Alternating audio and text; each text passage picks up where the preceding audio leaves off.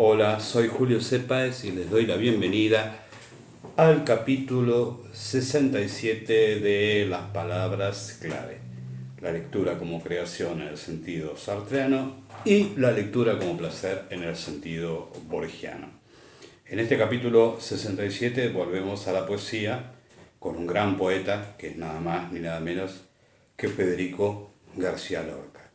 Vamos a hablar un poco de la vida de él, pero también vamos a hablar de una obra específica que es muy amigable para entrar a la poesía de Federico García Lorca, que es el romancero gitano. Bueno, ante todo hay que aclarar que eh, Federico García Lorca fue una de las víctimas de la Guerra Civil Española, que si bien no era un combatiente, eh, fue reconocido como un enemigo por parte de los militares, entre comillas, nacionalistas o protofascistas, con el general Sanjurjo. El general Franco fue tomado prisionero. No bien empezó la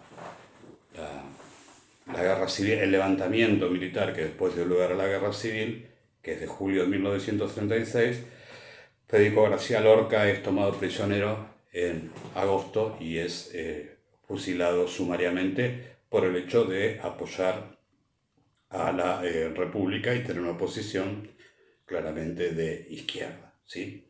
Pero vamos a hablar un poco de la vida de Federico, y que si bien fue una vida breve, fue una vida muy, pero muy productiva.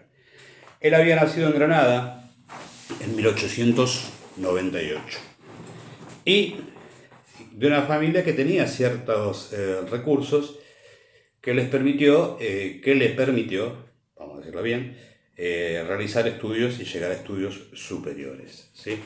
Siempre fue una persona de una inquietud intelectual constante.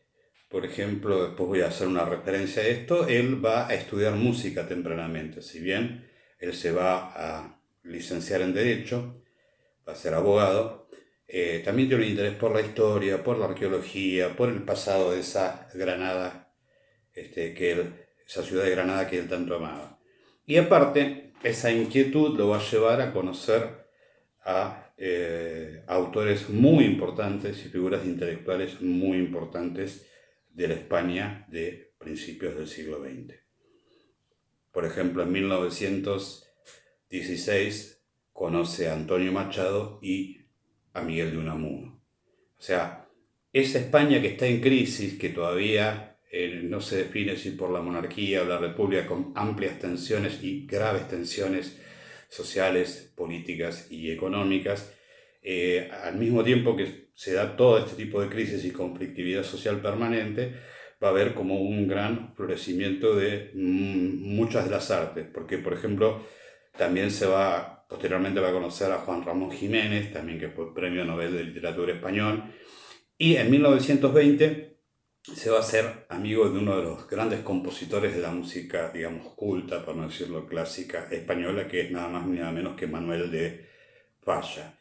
En 1921 publica su primer libro de poemas y al mismo tiempo Federico García Lorca se va a destacar también como poeta por un lado y como autor dramático por el otro. O sea que para 1923 va a haber concluido su primera obra dramática, que es Mariana Pineda, y que va a estrenar en 1927. Y obviamente va a seguir haciéndose amigos, y en 1924 se hace amigo de Rafael Alberti. Vean que obviamente la mayor parte de los amigos de la actividad literaria, de la actividad cultural que él conoce, van a estar del lado de la República. Miguel de Unamuno va a ser una excepción, pero digamos, lo que sabemos últimamente que si bien Miguel de Unamuno había quedado al lado controlado por los militares que se habían sublevado, apareció una teoría últimamente que cuando él denuncia, creo que era el general Miranda Estrada, que vio a la muerte y lo dice públicamente, parece ser que también fue asesinado por la protodictadura franquista. Creo que todavía no había terminado la guerra, creo que esto fue en 1937. Bueno, en 1928 publica el libro que nosotros vamos a comentar, que es El romancero gitano. Después va a viajar a Estados Unidos, pasa por la Universidad de Columbia, también va a viajar a Cuba, y en todos los lugares desarrolla una intensa actividad cultural, se encuentra con los autores locales, va a encuentros de poesía, promueve la cooperación entre España y Latinoamérica, y va a llegar obviamente también a Buenos Aires. Y es más, en 1934, Mariana Pineda, la obra de teatro, se va a estrenar en Buenos Aires. O sea que era una figura que era muy activo, no solamente en la producción de sus obras, también en la difusión de sus obras y en el contacto más amplio posible para hacer conocer su obra.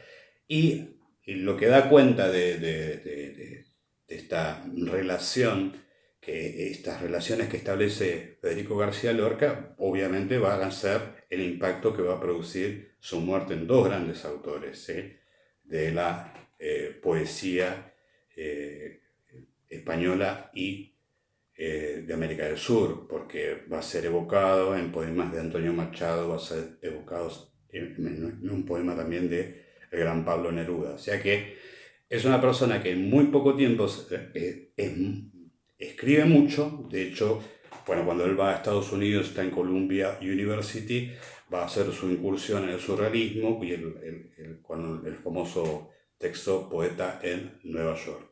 Al mismo tiempo consigue que Mariana Pineda se estrene en Buenos Aires, y también empieza a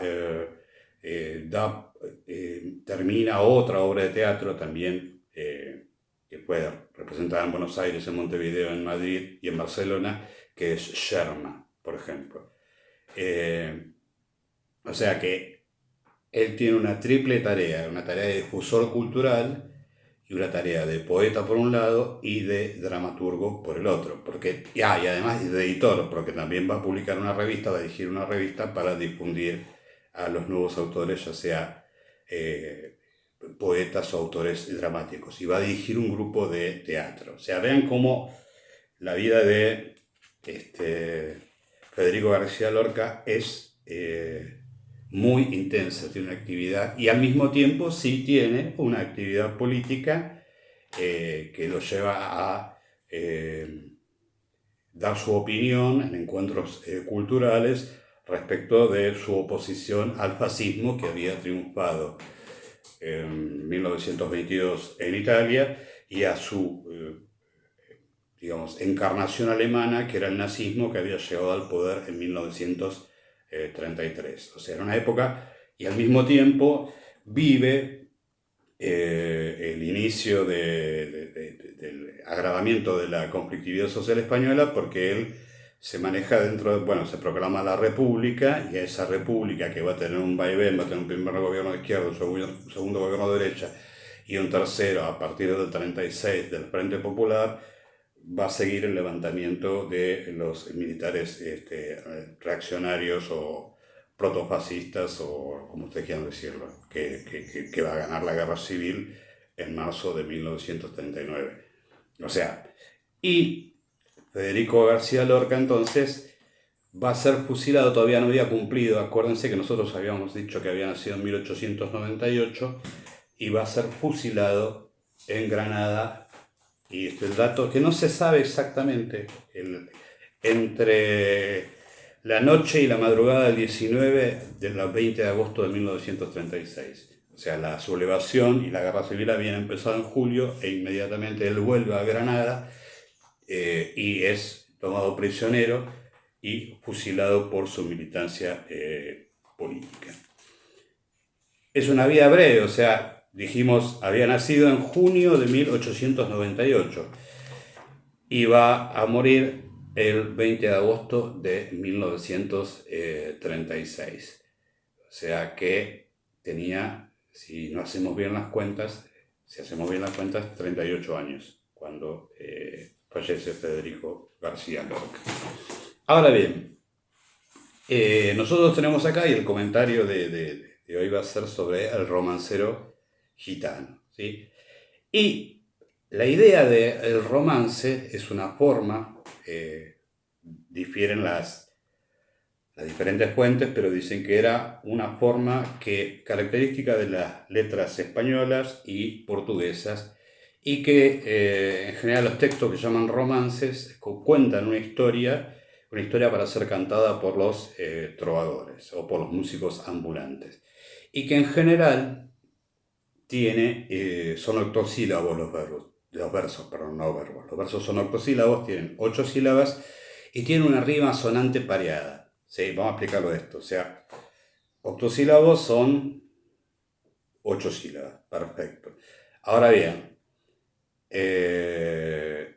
la rima es asonante, no es consonante, porque los sonidos de los versos pares terminan con un sonido parecido que no es exactamente igual al anterior, sino sería consonante, ¿sí? A mí me llamó la atención, siempre el romancero gitano, también otra cuestión que por ahí tiene que ver con la musicalidad que tienen los poemas, ¿sí? Y la musicalidad que tienen los poemas se da por un lado por la estructura octosílaba de rima de pares asonante, pero al mismo tiempo, ¿por qué? Una hipótesis, ¿por qué Federico García Lorca había elegido esta forma para sus poemas sobre Granada, fundamentalmente sobre la región de Andalucía, y como rescate de la tradición gitana y demás que está en todo el romancero? Y yo digo que por ahí es, y sí me llamó la atención, que tan tempranamente empezó a estudiar música digamos, y fue amigo de uno de los más grandes compositores españoles del siglo XX, que es precisamente Manuel de Falla. O sea que mi hipótesis es que la poesía y la música lo atraían fuertemente y supo captar la musicalidad en el texto. En el romancero gitano se nota y es muy evidente, ¿sí? Es más, uno puede decir, bueno, ¿cómo harían los trovadores para, o sea, es cantable esto? ¿Cómo harían los trovadores, algún posible trovador, para cantar los textos que aparecen en el romancero gitano? Y leemos, vamos a leer, vamos a hacer la experiencia, vamos a hacer una experiencia experimental respecto de la musicalidad y la posible, digamos, tantas tradiciones dicen que los rapsodas griegos y demás cantaban los textos y los memorizaban, pero ellos tenían otro ejercicio mnemotécnico que no tenía que ver con la rima, sino más bien con el ritmo. Pero bueno, por ejemplo, vamos a intentar hacer este pequeño experimento con Reyerta. Y vamos a ver los primeros 4 versos de Reyerta. Intentaré no equivocarme. En la mitad del barranco, las navajas de Albacete, bellas de sangre contraria, relucen como los peces. Repito, en la mitad del barranco, las navajas de Albacete, bellas de sangre contraria, relucen como los peces. Uno puede decir, bueno, ¿dónde está la musicalidad? Y vamos a hacer un experimento musical entonces, ¿sí? Un ritmo ternario. 1, 2, 3, 1, 2, 3, 1, 2, 3. Un ritmo ternario. En la mitad del barranco, las navajas de Albacete, bellas de sangre contraria, relucen como los peces. Yo canto mal, pero la métrica está. Si seguimos con todos los versos que forman parte del romancero, podrán encontrar un ritmo binario también. Es un ritmo ternario básico porque es el que naturalmente más me sale leyendo octosílabos. Y lo que es interesante, más allá de la estructura rítmica, de la musicalidad que tienen todos los poemas, tiene que ver con las temáticas que elige Federico García Lorca.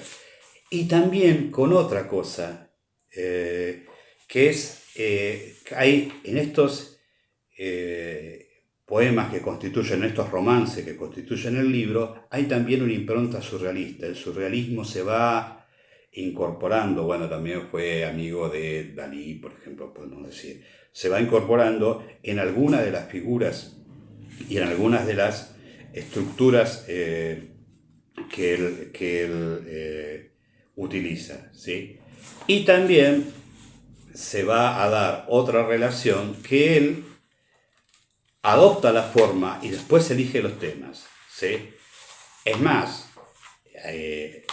uno de los romances se llama Tamar y Amnón, o sea que toma una tradición bíblica y la adopta a un lenguaje españolísimo, digamos, en el sentido de que escribe un romance.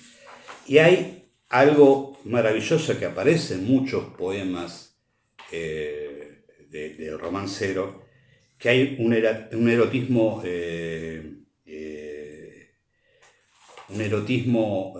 al que se alude, que no es explícito, pero que tiene figuras bellísimas. De hecho, el segundo de los romances, el primero es bellísimo, que es el romance de la luna luna, Preciosa y el aire. ¿Quién es el aire como figura erótica que acecha Preciosa? ¿Quién es Preciosa? También hay una construcción ahí mítica del personaje, ¿sí?